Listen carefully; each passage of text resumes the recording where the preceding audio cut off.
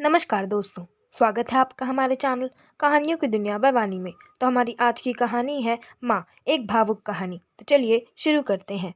कभी कभी हम एक इंसान से इतना प्यार करने लग जाते हैं कि हम ये भूल जाते हैं कि हमारी ज़िंदगी में भी ऐसे लोग हैं जो हमें बहुत प्यार करते हैं। उनकी ज़िंदगी में हमारी एक जगह है। मैंने भी ऐसा ही कुछ किया। नासमझ थी, मैंने वो रास्ता अपनाया जो नहीं अपनाना चाहिए था।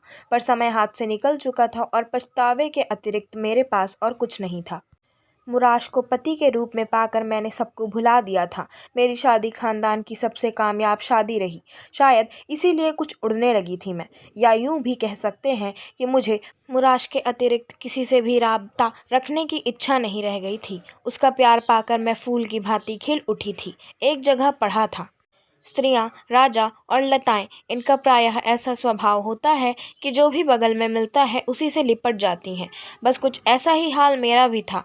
विदाई के समय माँ ने कहा था, बेटी, खून के रिश्ते हमें विरासत में मिलते हैं, पर पति पत्नी का रिश्ता हम खुद बनाते हैं। इस रिश्ते को संभालने में स्त्री का एक बड़ा योगदान रहता है। मुराश में बहुत खूबियाँ थीं। वो मुझसे अधिक पढ़ा लिखा, सुंदर, सुशील और कोमल स्वभाव लिए था। परिवार को अहमियत देना और उसे जोड़ कर रखना भली भांति जानता था। मेरी आदत ऊंचा बोलने की थी और वो धीमा बोलता या बस मुस्कुरा देता, परंतु मुझसे कभी शिकायत न करता, ना ही मुझे अपने को बदलने को कहता। कहता तो शायद मुझ में बदलाव आ ही जाता। वो हमेशा कहता, जिंदगी का साथ निभाना सीखना चाहिए, जिंदगी हमसे नहीं निभाती। मैं सुनती पर अपने में बदलाव नहीं ला सकी। बचपन में माँ बाप पिताजी को देखती, पिताजी माँ की हर इच्छा पूरी करने की कोशिश करते। परिवार में दादा दादी और मेरे 2 बहन भाई समेत हम 7 सदस्य थे। सीमित आय में घर चलाना बड़ा जोखिम का काम था। जब कभी पिताजी कोई इच्छा पूर्ण न कर पाते तो माँ हम सब बच्चों को बैठाकर समझाती, बेटा, इच्छाएं तो पनपती ही रहती हैं। आज एक पूरी हुई तो कल दूसरी जाग जाएगी और ये सिलसिला चलता रहेगा। लेकिन अच्छा आदमी दौलत की तरह होता है, असली पूंजी। बस इसकी हिफाजत करो। वक्त कभी एक सा नहीं रहता। भौतिक वस्तुओं से क्या कभी किसी का पेट भरा है? माँ की इसी सीख को गांठ में बांध कर रखा था मैंने, जिस वजह से मैं भी मुराश से कभी किसी वस्तु के लिए जिद नहीं करती थी। धीरे धीरे समय बीतता गया। मैं एक के बाद एक 2 प्यारे प्यारे बेटों की माँ बनी। दोनों बच्चे खूबसूरती में मुराश पर गए। मुझे कभी कभी अपनी किस्मत पर रश्क होता था। मैं एक साधारण सी शक्ल सूरत वाली लड़की मुराश को पसंद कैसे आ गई।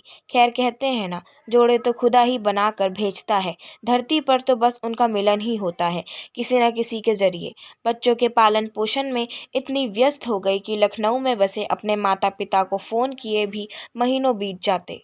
मेरा बचपन लखनऊ में बीता। इसी कारण हम सब परिवार वालों की भाषा में उर्दू के शब्दों ने कब प्रवेश कर लिया पता ही नहीं चला। मुराश का ऑफिस, बच्चों का स्कूल, ट्यूशन, उनकी पढ़ाई और मेरा स्कूल आदि में समय कब बीत जाता पता ही नहीं चलता।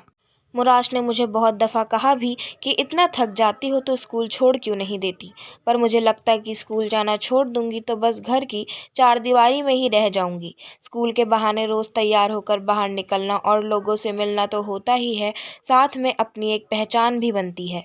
मुराश ने मेरे कहीं भी आने जाने पर कोई भी ऐतराज़ नहीं जताया। यही कारण था कि कभी कभी स्कूल में एक्स्ट्रा क्लासेस के कारण देरी भी हो जाती थी, पर मुराश ने कभी पूछा तक नहीं। एक बार मैंने कहा भी कि मुराश, पूछा तो करो, कहाँ देरी हो गई। पर उसका जवाब था, जो मर्द औरत का एहतराम नहीं करता उसे जीने का कोई हक नहीं। मैं मुराश को पति के रूप में पाकर अपने आप को धन्य समझती और मन ही मन खुश होती। आज लखनऊ से बड़े भैया का फ़ोन आया, माँ बहुत उदास है, हो सके तो समय निकाल कर मिल जाओ। पिताजी का समय तो सारा दिन टीवी पर राजनैतिक बहस देखते हुए गुजर जाता है। शाम को सैर पर निकल जाते हैं। माँ का स्वभाव हमेशा से कम बोलने का था। वो अपना सारा समय घर को देती है। वही आदतें हम में भी थीं। मुराश ने घर संभालने का जिम्मा लिया और मैं अगले दिन लखनऊ के लिए रवाना हो गई। घर पहुंची तो माँ को गले मिल आंखें नम हो आईं। करीब 1 वर्ष के पश्चात मिल रही थी सभी को। 2 दिन माँ के पास ही रही। मैंने महसूस किया घर के सभी तौर तरीके बदल चुके थे। घर की सजावट, खाना पीना, उठना बैठना, माँ व पिताजी की आदतें, कुछ भी तो पहले जैसा नहीं था। मैं हैरान सी थी। दूसरे दिन मेरे चेहरे के भाव माँ से छुपे नहीं। पास में बैठाकर बोली, नए ख्यालात को रास्ता देना चाहिए, पुराने ख्यालातों से चिपके नहीं रहना चाहिए।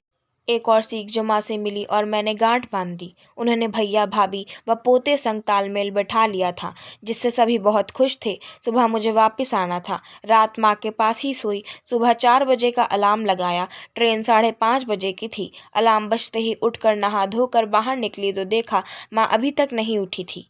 सोचा माँ इतनी देर तक तो कभी नहीं सोती, खासकर तब तो और भी जल्दी उठ जाती है जब किसी को घर से बाहर निकलना होता है। फिर सोचा शायद रात देर तक बातें करते रहे थे हम दोनों और तबीयत भी ठीक नहीं थी, इसीलिए सो रही होंगी। पर मन शंकित था। भाभी ने चाय दी और कुछ खाने का सामान रास्ते के लिए बांध दिया। अब घर से निकलने का समय हो चुका था। देरी करती तो ट्रेन छूट जाती। भैया ने गाड़ी निकाल कर आवाज़ दी, जल्दी आ जाओ, देरी ना हो जाए। पर माँ से मिले बिना कैसे जाती।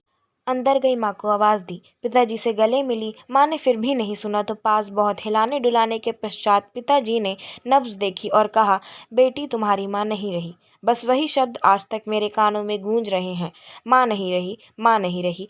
और रह गया है पछतावा, देरी करने का, व्यस्तता का और कुछ ना कर पाने पर बहाने बनाने का। आशा करती हूँ आपको हमारी आज की कहानी माँ पसंद आई होगी। अगर आपको हमारी आज की कहानी पसंद आई हो तो हमारे चैनल को सब्सक्राइब करें, वीडियो को लाइक करें और बेल आइकन दबाना ना भूलें।